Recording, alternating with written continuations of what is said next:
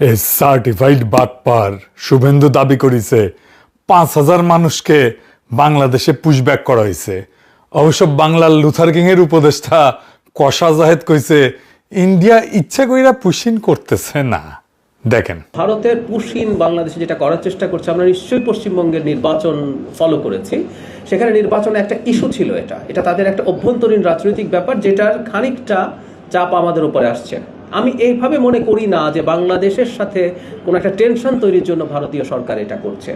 সেই জন্য আমি মনে করি যে সংকটটা প্রাইমারিলি দেখা যাচ্ছে, এটার একটা সমাধান দ্রুত হবে। এটা কোনোভাবেই তাদের কোনো ইন্টেনশনালি বাংলাদেশের সাথে সম্পর্ক বা বাংলাদেশকে চাপে রাখতে চাইছেন, এরকম আমি মনে করি।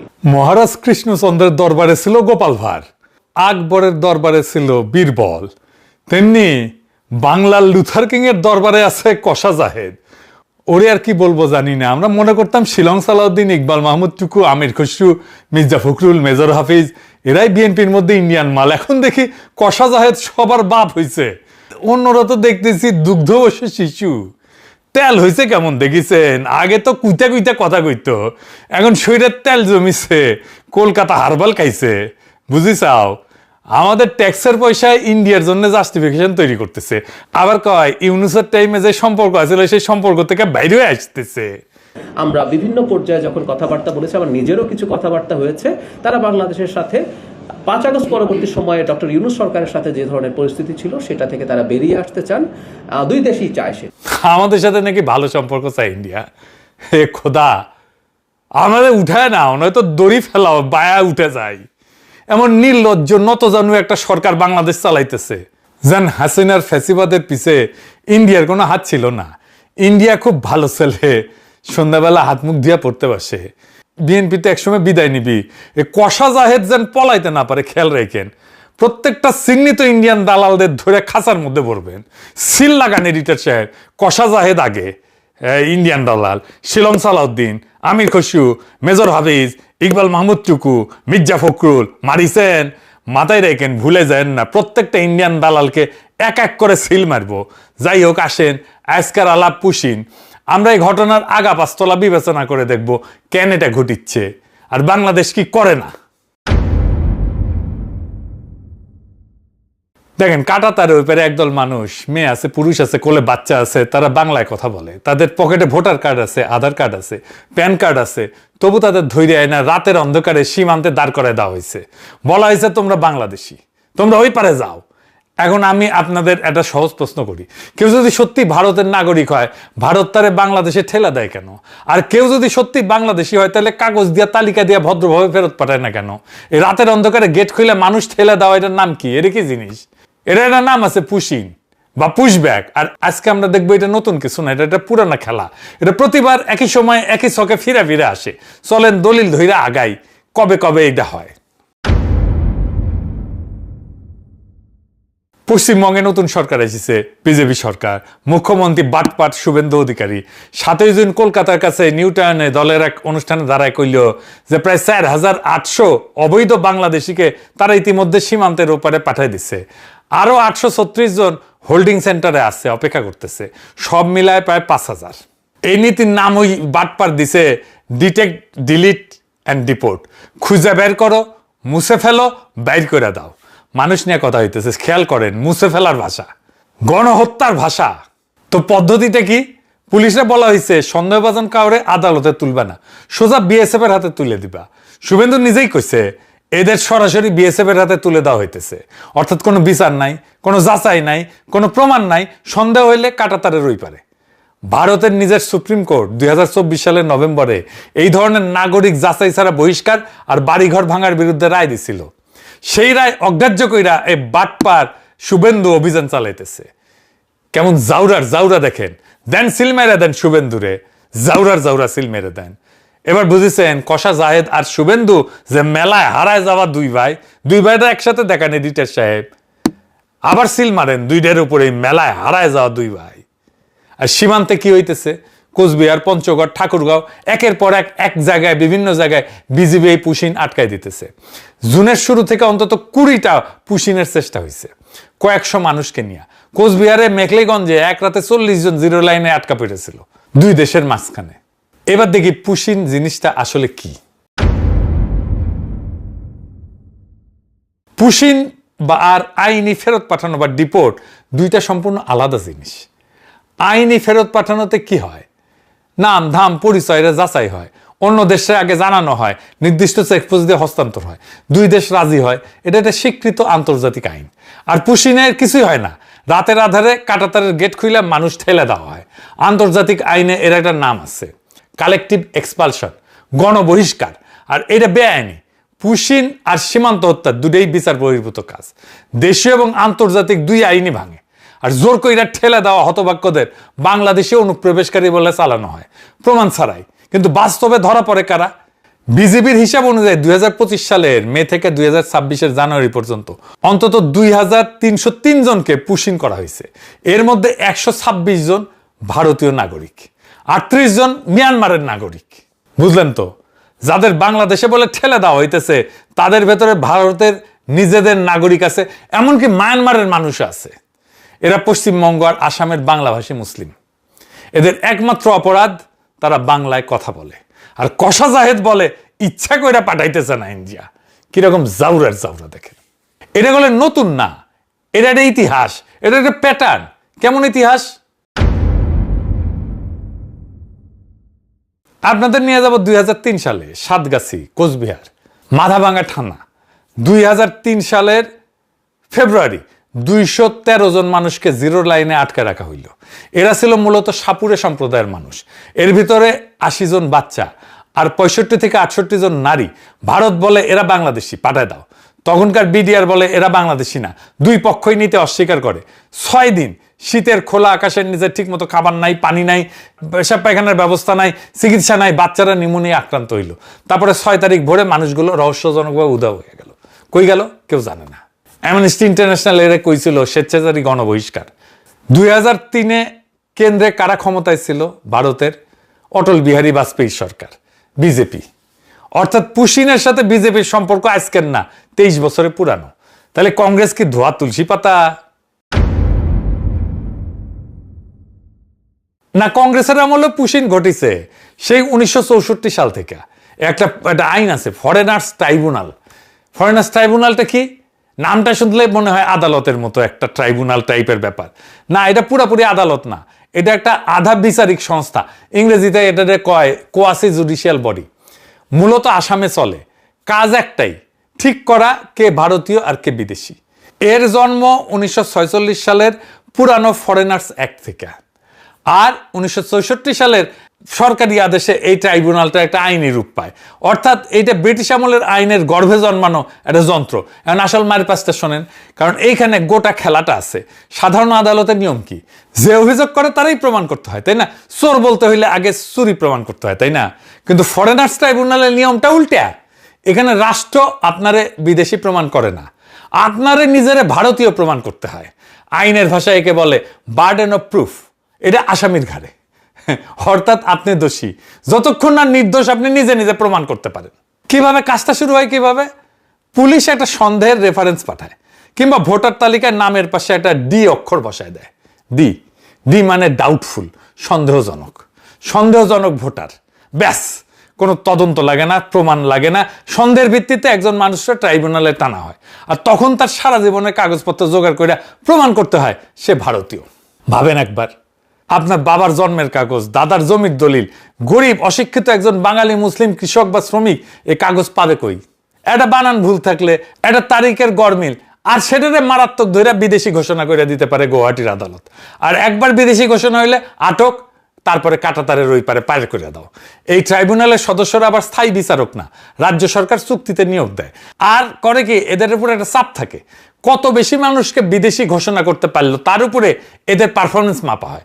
তাহলে বুঝতে পারতেছেন, এটা নিরপেক্ষ বিচার না, এটা একটা ছাকনি, যেটা বানানোই হয়েছে নির্দিষ্ট একদল মানুষকে সাইকা বাইর করে দিতে। জানুয়ারি 2025 পর্যন্ত এই ট্রাইব্যুনাল প্রায় 1,66,000 মানুষরে অনিয়মিত অভিবাসী ঘোষণা করছে, অভারতীয় ঘোষণা করছে। 1,66,000, এটা গোটা শহরের মানুষের সমান। কাগজ কলমে রাষ্ট্রহীন করে দিছে। ইন্ডিয়া যেটা করতেছে এটা ভয়ঙ্কর কাজ। গরিব মানুষ এত পেপার সার্টিফিকেট এসব কি বুঝে? বাংলাদেশে যদি বাংলাদেশের গরিব হিন্দুদের যাদের ভিটামাটি নাই, তাদের কাছে পেপার সার্টিফিকেট চায়, তাদেরকে হ্যারাস করা শুরু করে। আর ভারত থেকে অবৈধভাবে যারা আসতেছে এই ওসিলায় এদেশে গরিব হিন্দুদের ধরে ধরে বর্ডারে নিয়ে যায় যদি ঠেলে দেওয়ার চেষ্টা করে, ব্যাপারটা কি কেমন অমানবিক হবে দেখেন। কোনো সুশীল কষা জাহেদ বিএনপির মুখে এই সমস্ত শুনবেন না, কোনো আন্তর্জাতিক মিডিয়াতে এই সমস্ত কিছু পাবেন না। কোনো মুসলিম দেশ এই কাজ করলে দেখতেন সবাইকে আউকাউ লাগাই দিত। কিন্তু একটা মজার জিনিস কি জানেন, আওয়ামী লীগ ক্ষমতা থাকলে পুশিন হয় না। কেমনে? ইন্ডিয়া 1980-র দশক থেকে হাজার হাজার মানুষকে পুশব্যাক করে আসতেছে। ক্ষমতায় কে? এরশাদ আর জিয়া। 2003-এর বড় হয় পুশিন। ঢাকায় তখন কে ক্ষমতায়? খালেদা জিয়ার সরকার।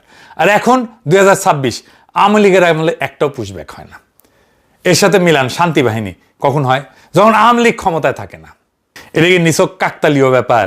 আওয়ামী লীগ ক্ষমতায় থাকলে দিল্লি পুশিন এড়ায় চলে, কারণ এতে বন্ধু সরকার বিব্রত হয়। আর আওয়ামী লীগ না থাকলে দিল্লির খরচ কমে যায়, তখন ঢাকা শত্রু হইয়া যায়, চাপে রাখা যায়, আবার ভিতরে হিন্দুত্ববাদী বহুত চাঙ্গা করা যায়। এক ঢিলে দুই পাখি। হিউম্যান রাইটস ওয়াচ নিজেই বলছে পশ্চিমবঙ্গ আর আসামের নির্বাচনের আগে রাজনৈতিক ফায়দার জন্য এই অভিযান জোরদার করা হয়েছে। এইবার আসেন দেখি ইন্ডিয়ার যে যুক্তি, এটার জাউরামু, আর লুথার কিং এর সরকারের বাগাড়ম্বরটা দেখি। পশ্চিমবঙ্গে বিজেপি জিতলো, তার পরের দিন 5ই মে বাংলাদেশের পররাষ্ট্রমন্ত্রী রজার খলিল কইল যে পশ্চিমবঙ্গে ক্ষমতা বদলের পর পুশিন ঘটলে বাংলাদেশ ব্যবস্থা নেবে। করা কথা। হ্যাঁ, হুমায়ুন কবির পররাষ্ট্র বিদেশক উপদেষ্টা ও কইল যে সীমান্তে মানুষ মারা হইলে বা ঠেলে দেওয়া হইলে আমরা বৈশা বৈশা দেখবো না। ওরে বাবা রে! হ্যাঁ, তালেবর হ্যাডোমের। হ্যাঁ, আর কষা জাহেদ কয় সম্পর্ক মেরামত করবে, প্রতিরোধের কূটনীতিও করবে, আবার সম্পর্কের মেরামতের কূটনীতি করবে। দুইটা একসাথে চলে না। সরকার পুশিন নিয়ে তো বসে আছে, তো পুশিন তো করতেছে নানা জায়গা থেকে। বসে আছিস কেন হারামজাদা? মাদার আছিস কেন? ইন্ডিয়ান হাই কমিশনারকে দায়িকায় জিজ্ঞেস করা দরকার ছিল এসব কি হইতেছে। জাতিসংঘে দৌড়াদৌড়ি করতেছে না কেন? হ্যাঁ, দোভালরে তো রজার খলিল দাওয়াত দেয়, ইন্ডিয়া গিয়ে নায়র খেয়ে আসলো সবাই মিলে, আবার কয় বৈশা থাকবো না। জাউরামির সীমা পরিসীমা নাই, ফাউলের ফাউল। বাংলাদেশে 8,500 অবৈধ ইন্ডিয়ান আছে, পাশায় লাথি দিয়ে বাইর করে দেওয়া হচ্ছে না কেন? কেন এদের জন্য ডিটেনশন সেন্টার বানানো হইতেছে না? ধর বাংলাদেশি ধর বইলা যে শুভেন্দু ধাওয়া দিছিল, দেখেন আবার এডিটর সাহেব।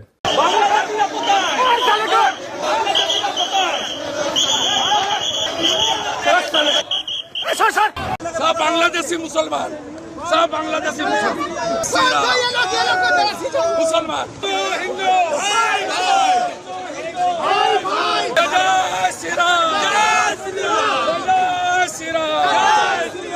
দেখেছেন, আমরা বলি এখন পাবলিকরে ধর অবৈধ ইন্ডিয়ান ধর কইয়া ধাওয়া দিতে কমো। ওই আবার জাতিসংঘে নাকি রজার খলিল কিবা হইছে, বাংলাদেশের সফট পাওয়ার নাকি আকাশে উঠিছে। হ্যাঁ, তো জাতিসংঘে যায় কিছু করে না কেন? জাতিসংঘের একটা নীতি আছে, এটা ফ্রেঞ্চ শব্দ, নন রিফুলম নাম। যাচাই ছাড়া বিচার ছাড়া কাউরে জোর করে সীমান্তের ওপারে ঠেলা যায় না। এটার মানে হইতেছে এই আইন, এটা আন্তর্জাতিক প্রথাগত আইন। জাতিসংঘের মানবাধিকার পরিষদে বাংলাদেশ চাইলে এই ইস্যু তুলতে পারতো, তোলে নাই কেন? কিছুই করে না কেন? আর কয় বৈশা থাকবো না। হ্যাডোমের জাউরা। এখন আসেন যুক্তির কথায় আসি।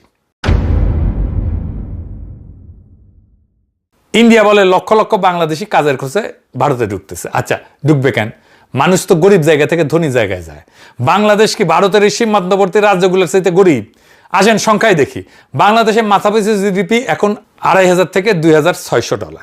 এই সংখ্যাটা মাথায় রাখেন। এবার সীমান্তের ওপারে তাকান, পশ্চিমবঙ্গ, পূর্ব ভারতের সবচেয়ে উন্নত রাজ্য, যেটা গর্ব কইরা দেখায়, তাদের মাথাপিছু জিডিপি কত? প্রায় $2,100, মানে বাংলাদেশের চেয়ে নিচে। আর বিহার ভারতের সবচেয়ে গরিব রাজ্য, মাত্র $1,100 ঘরে, বাংলাদেশের প্রায় অর্ধেক। এই বিহার থেকে কিন্তু সবচেয়ে বেশি শ্রমিক যায় সারা ভারতে ছড়ায় পড়ে। বাংলাদেশের সীমান্তে ভারতের যে রাজ্যগুলো, সেই রাজ্যগুলো তো সবচেয়ে গরিব। কোন দুঃখে বাংলাদেশ থেকে কেউ পশ্চিমবঙ্গ বা আসামে যাবে বা বিহারে যাবে? যাদের ধরা হয়েছে তারা কই কাজ করতো? হিউম্যান রাইটস ওয়াচ বলতেছে এরা পশ্চিমবঙ্গ থেকে কাজের খোঁজে গুজরাট, মহারাষ্ট্র, রাজস্থান, উত্তরপ্রদেশ, ওড়িশা, দিল্লিতে যাওয়া বাঙালি মুসলিম। তো গুজরাট, মহারাষ্ট্র এগুলো তো ধনী এলাকা, শিল্পোন্নত রাজ্য, অর্থাৎ শ্রমিকেরা ধনী রাজ্যে যাইতেছে গরিব রাজ্য থেকে, আর সেখানে ধরা পড়তেছে। এই শ্রমিক নেয় তারা, তাদের যখন কনস্ট্রাকশনের কাজ থাকে, যখন সস্তা শ্রমিকের দরকার পড়ে, তখন তারা শ্রমিক নেয়। তারপরে কাজ শেষ হয়ে গেলে ছুঁড়ে ফেলে দেয়, তখন বলে এরা বাংলাদেশি। দরকারের সময় সস্তা শ্রমিক, ভোটের সময় শত্রু। বাংলাদেশের ইকোনমিতে ইন্ডিয়ার চাইতে খারাপ না। আমাদের লোকেরা মধ্যপ্রাচ্যে যাবে, মালয়েশিয়া যাবে, সিঙ্গাপুর যাবে, ইউরোপ যাবে, আমেরিকায় যাবে, কোন দুঃখে ইন্ডিয়া যাবে। তো ভারত বাংলাদেশে অনুপ্রবেশকারী পাবে কই? পায় না তো। তাই নিজেদের নাগরিককেই ধরতে হয় বাংলাদেশে অনুপ্রবেশকারী বলে, ধইরা পাঠায় দেয়। যারা আছে ওইখানে সবগুলো ইন্ডিয়ান, তারা নিজেরাই বলে। কে আসলে কার কাছে যায়? তিনটা জিনিসের উপরে নির্ভর করে শ্রমিকেরা কোথায় যাবে: মজুরি, মর্যাদা আর চাকরি। প্রথমে মজুরি আর মর্যাদা। বাংলাদেশে একজন রিক্সা চালক দিনে ভালো রোজগার করে, নগদ প্রত্যেক দিন হাতে, কোনো বস নাই, কোনো বিশেষ দক্ষতা লাগে না। একটা গবেষণা বলতেছে ঢাকা একজন রিক্সা চালকের আয় গার্মেন্টসের ন্যূনতম মজুরির প্রায় 5 গুণ হইতে পারে, এমনকি একজন পুলিশ কনস্টেবলের চাইতেও বেশি। তো এটা তো স্যার টাকা না, এটা একটা স্বাধীনতা।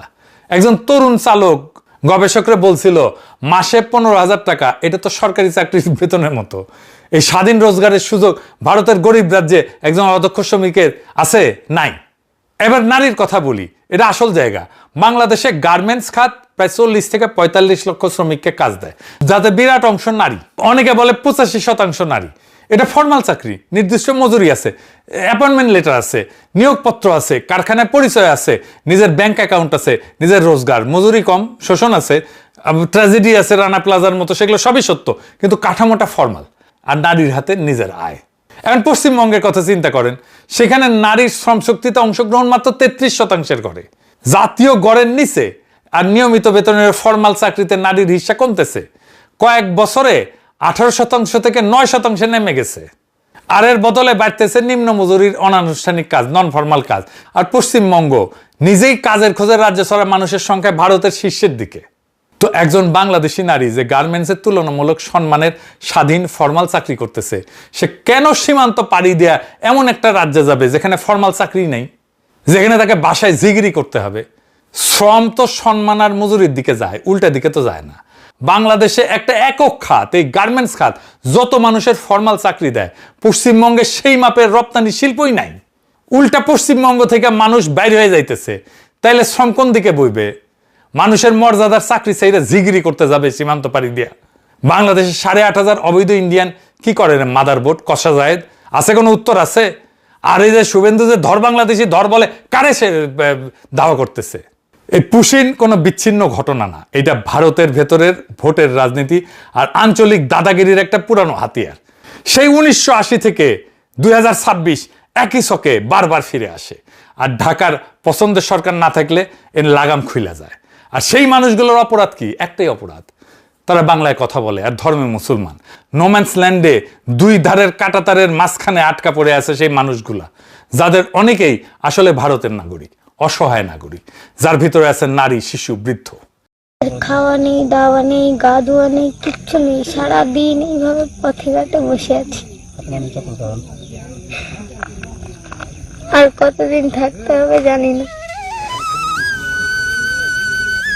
আমার আব্বু আছে, আমার ভাই আছে, আমার মা আছে, আর আমার একটা দিদি আছে। তোমরা কি ওখানে স্কুলে পড়তাম? হ্যাঁ, আমরা ইন্ডিয়া স্কুলে পড়তাম। কোন ক্লাস? 6। মাঝে মাঝে না খুব অসহায় লাগে। এই কি মুসলমানের নিয়তি সারা দুনিয়ায়? গাজার দিকে তাকান, কিছু করতে পারি না। ইরানের দিকে তাকান, কিছু করতে পারি না। রোহিঙ্গাদের দিকে তাকান, 10 বছর ধরে আমাদের ঘাড়ে আছে, কিচ্ছু করতে পারি না, ফিরিয়ে দিতে পারি না। আর এখন আমাদের নিজেদের ভাষার মানুষ, ভারতীয় বাংলাভাষী মুসলমান নোম্যান্স ল্যান্ডে এসে আটকা। আর আমিও কিছু করতে পারি না। একটা সভ্যতা, একটা উম্মা, যাদের এত টাকা পয়সা, যাদের এত বড় বড় শেখ, যাদের এত ইতিহাস, এত গৌরব, আজ তাদের সন্তানেরা, তাদের ভাইয়েরা কাঁটাতারের মাঝখানে দাঁড়ায় আছে। কোনো দেশ তাদের নিতে চায় না। কিন্তু একটা জিনিস আমরা পারি, আমরা মনে রাখতে পারি আর বলতে পারি, আমরা দলিল করে রাখতে পারি, যাতে কেউ একদিন বলতে না পারে আমরা জানতাম না, আমরা দেখি নাই।